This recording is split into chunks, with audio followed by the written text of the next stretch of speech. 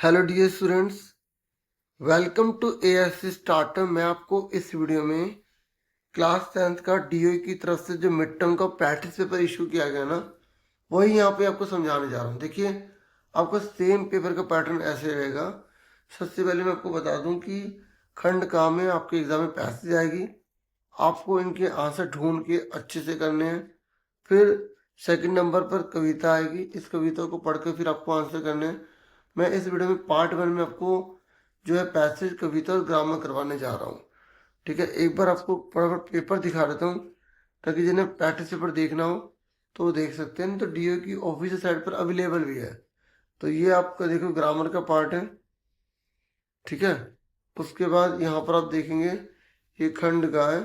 तो मैं आपके लिए जो वीडियो से पार्ट्स में लेकर आऊँगा, ठीक है, और आपको सारी की सारी चीज़ें करवाने की पूरी कोशिश करूँगा। ठीक है, बाकी आप फिर भी पेपर एक बार देख लो। ठीक है, ये आपकी बुक में से जो काव्यांश है ना, उसके रिगार्डिंग यहाँ पे क्वेश्चन आंसर है। ठीक है, और क्वेश्चन आंसर देख लो, आपके कम ही है, ज़्यादा नहीं है। ये आपके क्वेश्चन आंसर है। और फिर ये आपका जो खंड घा है, ये रचनात्मक लेखन के रिगार्डिंग है। तीनों में सबको एक करना होगा। और फिर यहाँ पर दोनों में से एक, दोनों में से एक, दोनों में से एक। तो बिल्कुल सेम पेपर का पैटर्न आपका ये रहेगा। और जो बोर्ड है उसमें भी ये रहेगा। बस ये है कि चैप्टर्स आपके बढ़ जाएंगे, बाकी ग्रामर का तो पार्ट सारा आपको पहले से ही करवाया जा रहा है। ठीक है, तो यहाँ पर मैं आपसे खंड का और जो ग्रामर का पार्ट है, यानी कि वो है हमारा खंड का, तो दो पार्ट आपको इस वीडियो में करवाने जा रहा हूँ। ध्यान से समझिएगा। देखिए, पहले हम पैसेज पढ़ेंगे, फिर हम आंसर करेंगे। ठीक है, ध्यान से समझिएगा। जिस मनुष्य के हृदय में ईर्ष्या घर बना लेती है, मतलब जलन दूसरों के प्रति, वह उन चीजों से आनंदित नहीं होता जो उसके पास मौजूद है, बल्कि उन वस्तुओं के लिए दुखी होता है जो दूसरों के पास है। मतलब अपने पास जो चीज है उससे वो खुश नहीं है, दूसरों के पास जो चीज है उसको देख के वो दुखी है। ठीक है, वह अपनी तुलना दूसरों के साथ करता है। और देखो, दूसरों से कभी तुलना नहीं करनी चाहिए। और इस तुलना में अपने पक्ष के सभी अभाव उसके हृदय पर दंश मारते हैं, फिर उसी के ऊपर मतलब प्रहार करते हैं। एक उपवन को पाकर प्रकृति को धन्यवाद देते हुए उसका आनंद नहीं लेना और बराबर इस चिंता में निमग्न रहना कि इससे भी बड़ा उपवन क्यों नहीं मिला। मतलब एक तो बगीचा मिला, फिर अगर जो मिला उससे खुश नहीं, वो करे इससे भी बड़ा बगीचा मिलना चाहिए। यह ऐसा दोष है जिससे ईर्ष्यालु व्यक्ति का चरित्र भी भयंकर हो उठता है। मतलब इससे उसका चरित्र ही खराब हो जाएगा। अपने अभाव पर दिन रात सोचते सोचते वह सृष्टि की प्रक्रिया को भूलकर विनाश में लग जाता है। मतलब वो विनाश ही करने में सोचता रहता है और अपनति के लिए उद्यम करना छोड़कर वह दूसरों को हानि पहुंचाने को ही अपना श्रेष्ठ कर्तव्य समझने लगता है। वो सोचता है कि दूसरों को मैं हानि पहुंचाऊंगा, यही मेरा कर्तव्य है।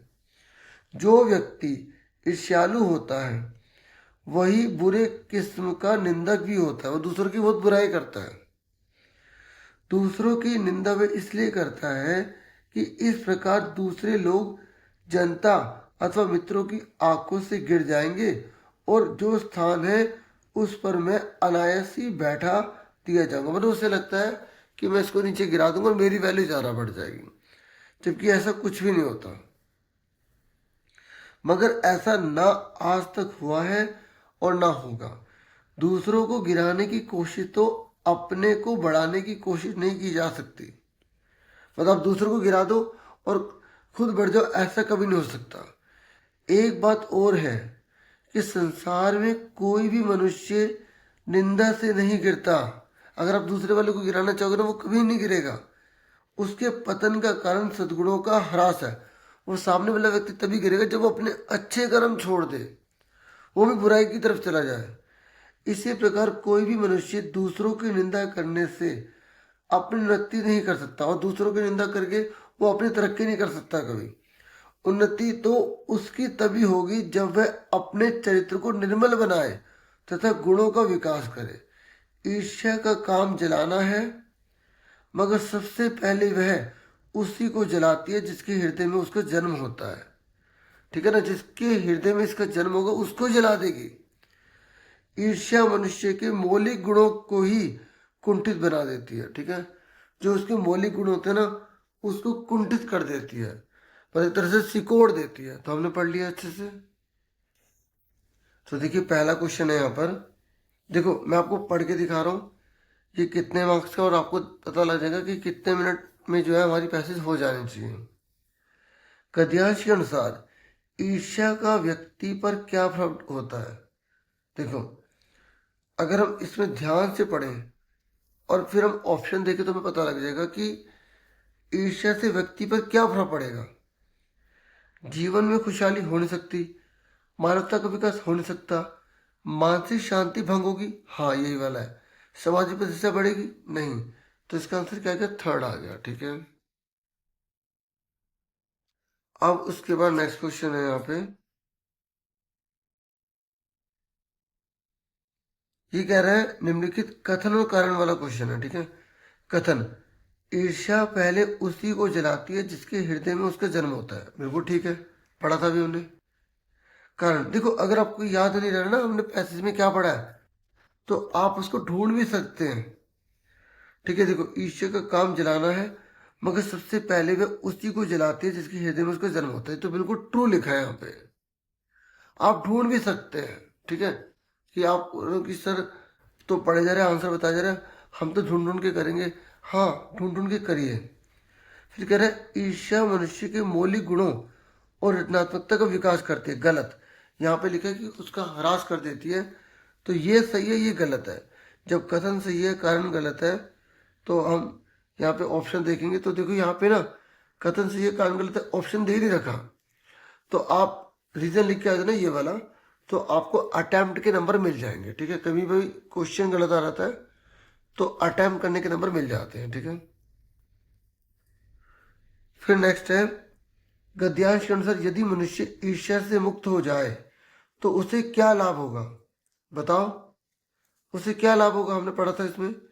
मौजूद वस्तुओं का आनंद ले पाएगा, निंदा और द्वेष भाव से दूर रहेगा, दूसरों की उपलब्धि से प्रेरित रहेगा, या होगा उसके मौलिक गुण कुंठित हो जाएंगे। देखो ये निंदा और द्वेष भाव से दूर हो जाएगा अगर वो ईर्ष्या से मुक्त हो जाएगा। ठीक है, ठीक है, और यहाँ पर आपको बताना कौन कौन से ठीक है।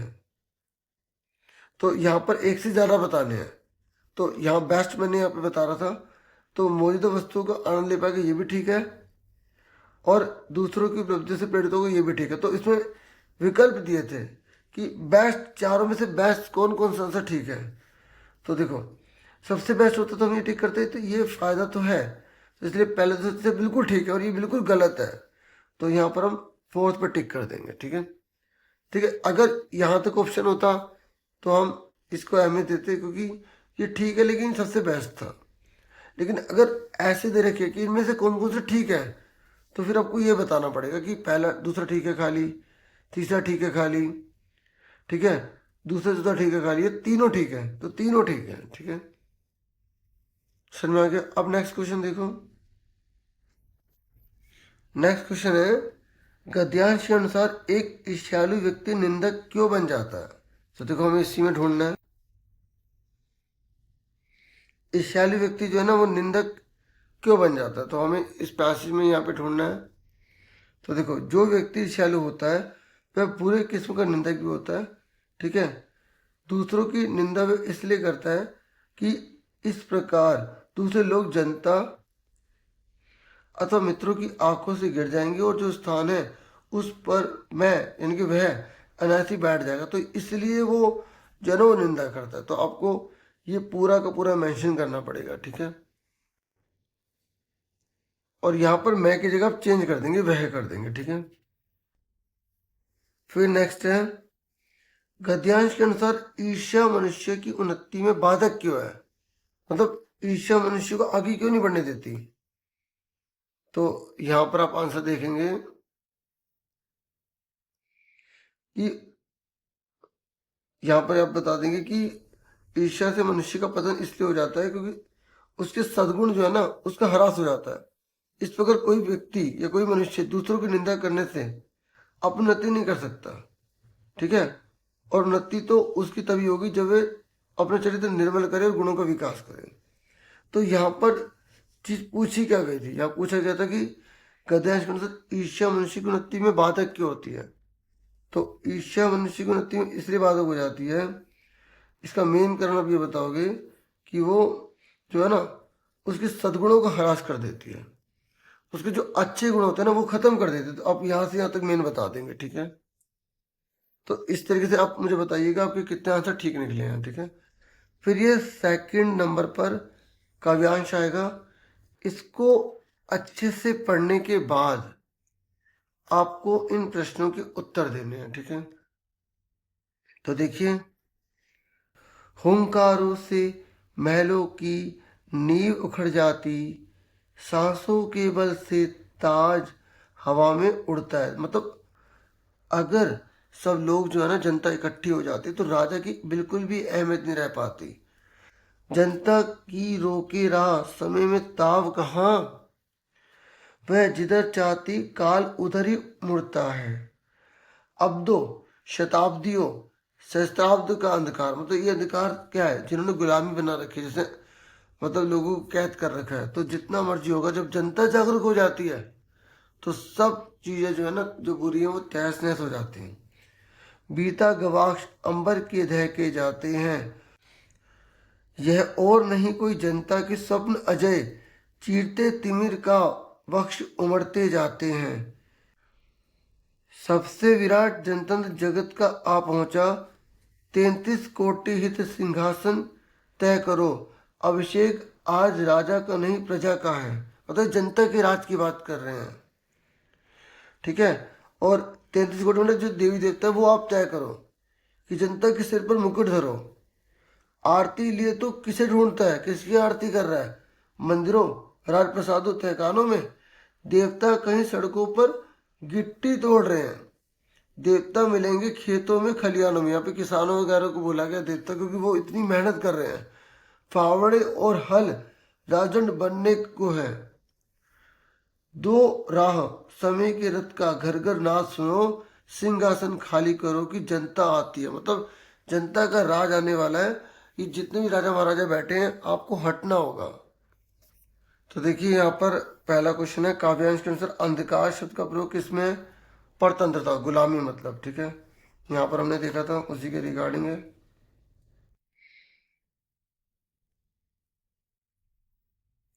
फिर नेक्स्ट है, काव्यांश के अनुसार किसकी शक्ति समय और काल से बढ़कर है, जनता की पावर, ठीक है।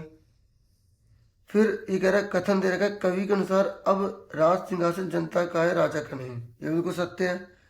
ये कह रहा है ऐसा इसलिए कि जनतंत्र में ना वास्तविक शक्ति जनता के मताधिकार में ही निहित होती है, जनता के वोट के अधिकार में ही होती है, अगर जनता को आगे बढ़ने का मौका मिले। तो ये भी ठीक है और इसका रीजन भी ठीक है। तो दोनों ठीक है और रीजन भी इसी के अकॉर्डिंग है। तो यहाँ पर हम थर्ड पे टिक कर देंगे, ठीक है। फिर कह रहे कवि सिंहासन किसके लिए और क्यों खाली करवाना चाहता है। तो कवि सिंहासन जो है जनता के लिए खाली करवाना चाहता है, क्योंकि जनता का राज रहे, ठीक है। ये देखो, सिंहासन खाली करोगी जनता आती है। तो आपको बना बना के अपना लिखना पड़ेगा और मेन तो आपको बता देना है कि जनता के लिए खाली करवाना चाहता है, ठीक है। फिर नेक्स्ट है, काव्यांश में किसानों श्रमिकों को देवता क्यों कहा गया। ये भी आपको अपने एक्सपीरियंस के बेस पर लिखना पड़ेगा। इसलिए कहा है क्योंकि वो बहुत ज़्यादा मेहनती हैं और धरती के लिए बहुत कुछ कर रहे हैं और इंसान के जीवन को बनाने में बड़ी भूमिका निभा रहे हैं। इसलिए जो है ना उन्हें जो है यहाँ पर देवता कहा गया है, ठीक है। ये हमने पढ़ा था ना, ये देवता कहीं सड़कों पर गिट्टी तोड़ रहे हैं और ये इस तरीके से। तो आपको ये नहीं उतारना था, आपको अपनी भाषा में लिखना था यहाँ पर। देखिए अब खंड खा पर आ जाइए।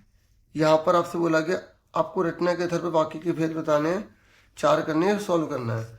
आगे बढ़कर मोती ने सांड का सामना किया, तो सुप्त वाक्य में आपको इसे बदलना है। तो आप यहाँ पर लिख सकते हैं, मोती आगे बढ़ा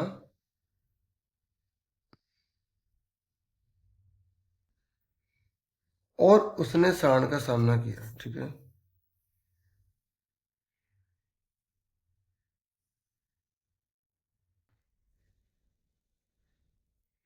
तो इस तरीके से संयुक्त वाक्य में ना और तथा या किंतु लगाते हैं। या तो पिछले साल की वीडियो देखो, बाकी मैं ग्रामर के लिए एक अलग से वीडियो लेकर आ जाऊंगा, ठीक है, उसमें आपको और अच्छे से बता दूंगा। बाकी इसी में समझने की कोशिश करो। ये कह रहे मिश्र वाक्य में रूपांतरित करना है।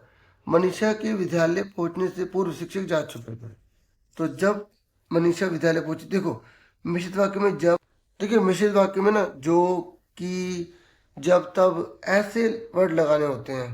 तो यहाँ पर हम ये लगाएंगे कि जब मनीषा विद्यालय पहुंची, जब मनीषा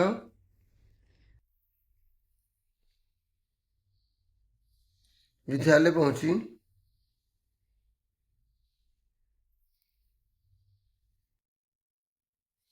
तब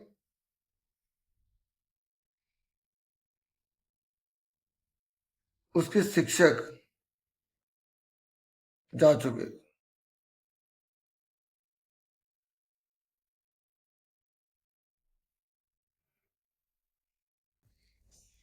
ठीक है, या तब इससे पूर्व उसके शिक्षक जा चुके थे। तो ये भी ठीक है, ठीक है। फिर उसके बाद थर्ड देखिए, यहाँ पर आपसे बोला गया कि रामवृक्ष बेनीपुरी 10वीं तक की शिक्षा प्राप्त करने के बाद स्वाधीनता आंदोलन से जुड़े गए। रचना के जिससे वाक्य का भेद, देखो एक ही लाइन में पूरी बात बोल दी। यहाँ पे ये नहीं लिखा कि राम वृक्ष बेनीपुरी 10वीं तक में कहा था कि ऐसे, ये पूरी एक ही बात पूरी लाइन में है। राम वृक्ष बेनीपुरी 10वीं तक की कक्षा शिक्षा प्राप्त करने के बाद स्वतंत्रता आंदोलन से जुड़ गए। तो ये सरल वाक्य में आ जाएगा, ठीक है। वाक्य बड़ा हो तो ये नहीं कि सिफ्त वगैरह हम बोलते हैं, ठीक है, पूरी बात एक ही लाइन में बोली गई है। फिर उसके बाद नेक्स्ट है, ये कह रहा है चोर ने देखा कि उसके बचाव का कोई उपाय नहीं है, तो की आ गया। तो देखो 3 प्रकार के वाक्य होते हैं, संज्ञा वाक्य, विशेषण वाक्य और क्रिया विशेषण वाक्य। जब की लिखा आ जाए ना, की, तो जब की लिखा आ जाए तो वो संज्ञा वाक्य होता है, ठीक है।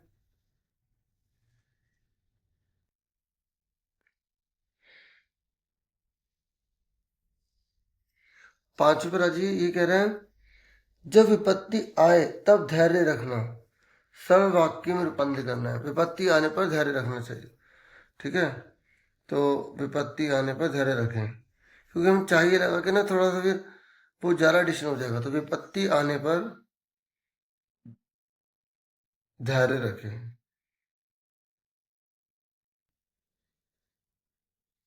जैसे अगर आप कोई करते हैं ना, फिर उसको आप तोड़ के देखा करो, वैसे बनाने की कोशिश किया करो कि वैसे बन रहा नहीं बन रहा, ठीक है। फिर नेक्स्ट क्वेश्चन है हमारा फोर्थ। ये कह रहा है कि आपको यहाँ पर वाच्य के बारे में बताना है।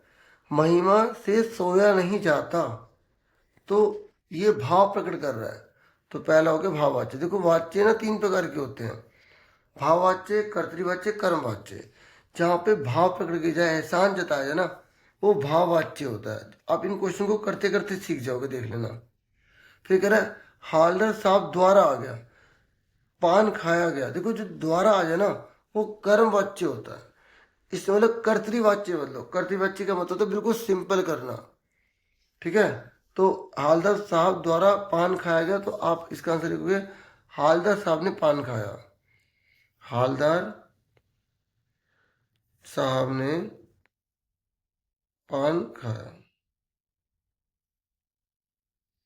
फिर थर्ड पर आ जाइए। फिर यहाँ पर नेक्स्ट है संदीप पतंग उड़ाता है, वाच्य भेद का नाम बताओ। देखो बिल्कुल सिंपल बात लिखी है, और जो सिंपल आ जाए तो उसे कर्तृवाच्य कहते हैं।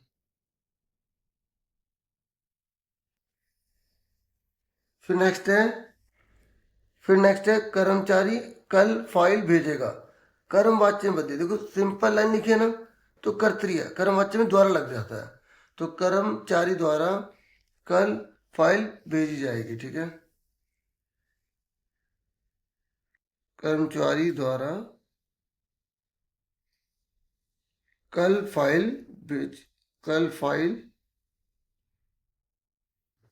भेजी जाएगी, ठीक है। फ्यूचर तो फ्यूचर में लिखना है, जो टेंस है वैसे ही रहने दोगे, भेजी जाएगी। कर्मचारी द्वारा कल फाइल भेजी जाएगी, ठीक है। फिर कह रहे जिस वाक्य में क्रिया का केंद्र बिंदु भाव हो, उससे क्या बोलेंगे भाववाच्य, ठीक है। और एक बात और बता देता हूँ कि आपको यहाँ पर 4 ही करने होंगे, ठीक है। जो आपको बेस्ट चाहते हो आप वो कर लीजिएगा। अब नेक्स्ट ये कह रहे हैं आपको पद परिचय यहाँ पर बताना है, ठीक है। तो देखो पद परिचय ना, आपको हिंदी की सारी ग्रामर अच्छे से आनी चाहिए तभी आप बता पाओगे। तो यहाँ पर लिखा है हम, तो ये लिखा सुबह हमें प्यूमथांग के लिए निकल पड़ना था। तो आपको पता लगाना है कि जो हमें है ना, हमें ये क्या है। सबसे पहले तो ये सरनाम है, और कौन सा सरनाम है, पुरुषवाचक सरनाम है, ठीक है। और आप कमेंट करके बताना कि पुरुषवाचक में ना 3 प्रकार होते हैं, उत्तम पुरुष, मध्य पुरुष, ठीक है, और प्रथम पुरुष। तो आपको ये बताना है कि ये इन तीनों में से कौन सा है। दूसरा आप इसमें क्या बता सकते हैं, ये हमें लिखा तो ये बहुवचन है। तीसरा आप बता सकते हैं कि ये वर्तमान काल है, भूतकाल है, भविष्य काल है। तो आप देखो यहाँ पर था लिखा गया, तो ये भूतकाल के लिए यूज हुआ है।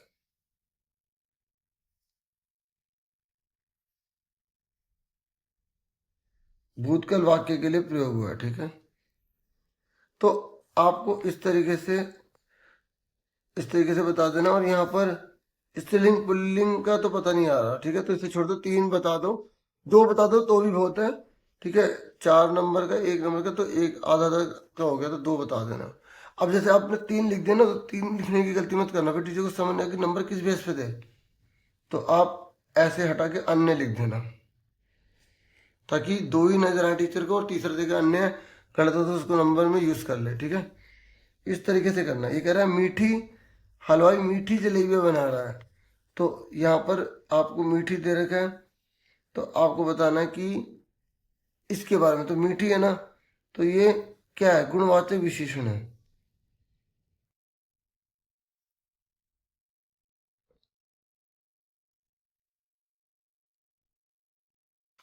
दूसरा आप ये लिख दोगे कि जो विशेष जलेबी हैं उसकी विशेषता बता रहा है, ठीक है। तो आप इस तरीके से लिखेंगे, विशेष जलेबी की विशेषता, ठीक है। और आप इसमें जो है अगर जैसे लिखना चाहें तो यहाँ पर वर्तमान काल वाक्य है, वर्तमान काल लिख सकते हैं, ठीक है। और मीठी अच्छी लगती है, मीठा अच्छा लगता है, तो ये स्त्रीलिंग है, ठीक है। और दूसरा वर्तमान काल, ठीक है। ये आप इस तरीके से 2 पॉइंट लिख ले। फिर कहते चला रहा था,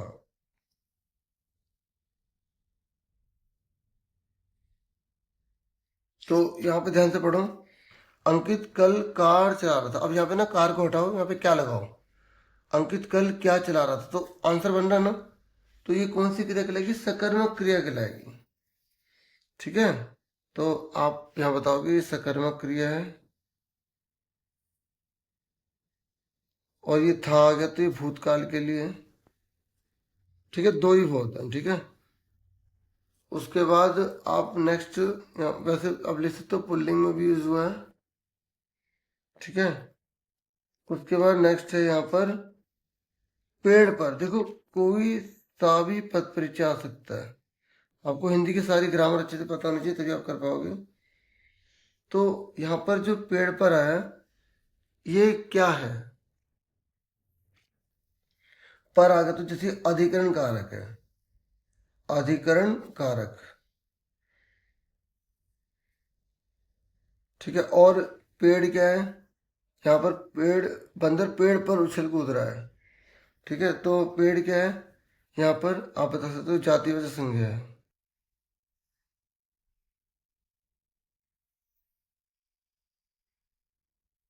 और वो भूतकाल है, वर्तमान काल, भूतकाल है।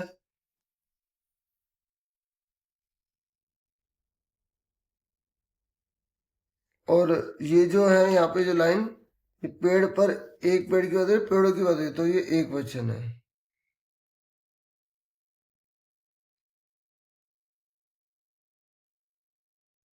फिर नेक्स्ट है यहाँ पर नवाब साहब धीरे धीरे खीरा छीलने लगे। तो यहाँ पे आपसे धीरे धीरे के बारे में पूछा गया है। तो धीरे धीरे जो है ना वो कौन सी चीज है, तो आपको पता होना चाहिए क्रिया विशेषण है। और कमेंट करके मुझे बताना ये क्रिया विशेषण में कौन सा प्रकार है। ठीक है, तो अब आपको इसके भी प्रकार होते हैं। हाँ, तो आप मुझे कमेंट करके बताइएगा। ठीक है, कि कालवाचक क्रिया विशेषण है, रीतिवाचक क्रिया विशेषण है। ठीक है, तो स्थानवाचक क्रिया विशेषण है, कौन सा है। ठीक है, आप कमेंट करके बताइएगा। फिर यहाँ पर आप जैसे नवाब साहब धीरे धीरे खीरा छीलने लगे, तो जैसे आप इसके बारे में जैसे धीरे धीरे सबके लिए लगा सकते हैं, तो अव्यय के रूप में यूज कर सकते हैं इसे। ठीक है, तो और छीलने लगे, तो बस यहाँ दो यहाँ पर बताना ठीक रहेगा। ठीक है, फिर उसके बाद हमारा नेक्स्ट क्वेश्चन है, यहाँ पे 6 क्वेश्चन है। ये कह रहा आपको 4 करने हैं और अलंकार बताने हैं। तो अलंकार यहाँ लिखा है कि जिस दिन जन्म लियो आल्हा ने धरती धसी अड़ाई हाथ। जैसे जन्म लिया धरती धस गई, तो बड़ा चढ़ा के यहाँ पर ना बड़ा चढ़ा के बताया जा रहा, तो कौन सा अलंकार वो अतिशयोक्ति अलंकार हो गया।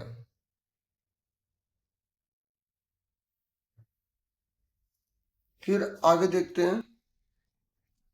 फिर नेक्स्ट है, ये कह रहा है पाहुन जो आए हो गांव में शहर के। देखो जहां पे जियो आ जाए ना, जियो आ जाए, जब आ जाए, जनहू आ जाए, मनहू आ जाए, मानो आ जाए, वहां पे ना उत्प्रेक्ष अलंकार होता है। ठीक है, तो इसका आंसर क्या आ जाएगा, उत्प्रेक्ष अलंकार। फिर थर्ड नंबर पर आ जाइए। ये कह रहा है कि इतना रोया था मैं उस दिन, ताल तलैया सब भर डाले। ठीक है, तो यहाँ पर ना इतना रोया बड़ा चढ़ा के, तो अतिशयोक्ति अलंकार हो गया।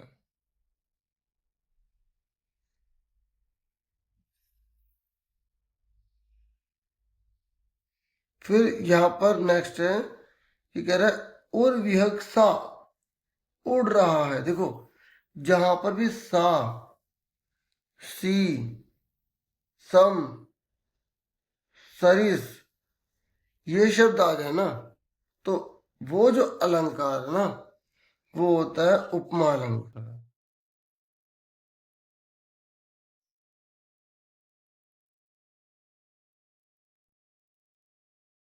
ठीक है, उसके बाद लास्ट यहां पर बचा है ये कह रहा है सागर के ऊपर नाच नाच लहरें करती है मधुर गान।